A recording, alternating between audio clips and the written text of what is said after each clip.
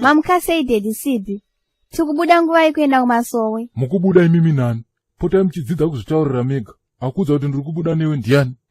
Naisha. Kubva waramba wakatsamwa gore rese bhoye ramana. Inini newe hatichadanani wanzwaka. Gara wazviziva izvozvo. Handiwewo kugara kwako panapa kugara zvenharo. Saka yese yaunoita usandiverengera handina chekuita nazvo ini. Haya, zvatedhi Sibi asikana. Matoita ungeni makandiwana ndabhuka hotera. Ini ndaingotengerwa doro chete. Doro zvaro naye asikana here bhoye here. Iyo yese yawawo kutaura iyo handisinei nayo iyo. Ini ndakakudza kuti skiri newo handisisina. Saka chawakuramba uchiitira noise handichiona apa. Waibata, rova pasi uende kumasowe, ini ndichazviitirawo plani yangu yekuenda kumasowe ndega.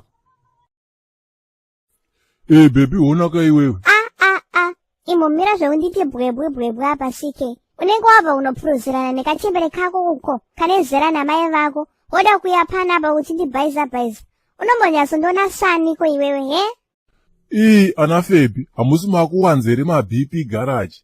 Mafeeling itai mashoma wanzwaka. Kana utano hwangu utori involved.